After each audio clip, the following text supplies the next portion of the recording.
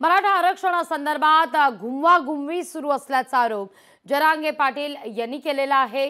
तर महायुती आणि महाविकास आघाडीकडून सध्या या सगळ्या मुद्द्यावर घुमवाघुमव सुरू आहे असं जरांगे म्हणतात। आमचा जीव आरक्षणात आहे आणि नेत्यांचा जीव खुर्चीत आहे असं देखील जरांगे पाटील यांनी म्हटलेलं आहे। तर आगामी काळात केवळ दोनच ध्येय आहेत, एक तर आरक्षण आणि दुसरं म्हणजे पाडापाडी असं जरांगे पाटील म्हणतात। पाहूया। मी महायुतीबद्दल सांगतो आणि महाविकास आघाडीबद्दल सांगतो। ही नुसती घुमाघुमी आहे। द्यायचं आहे ना, काय लागत नाही हो।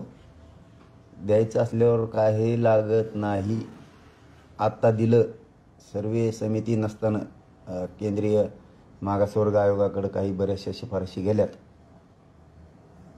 मनात असल्यावर काही करता येतं। मराठ्यांना द्यायचं आहे का नाही हे ठरवायचं। उगाच काहीतरी सांगायचं आणि दिशाभूल करायची हे बरोबर नाही। मी पहिले उपोषणात सांगितलं होतं, बाबा मला माझ्या समाजात राजकारणात नाही जायचं, आम्हाला काय देणं घेणं, आमचं हक्काचं आरक्षण आम्हाला द्या।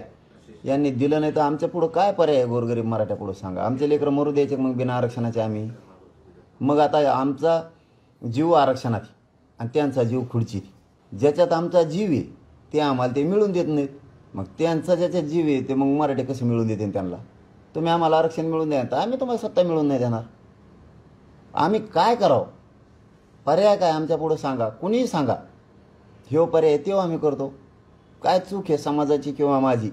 तुम्ही देणार नसाल तर आम्हाला पाडापाडी करावंच लागणार आहे। लोकशाही मराठी ऐका, पहा, जागरूक रहा।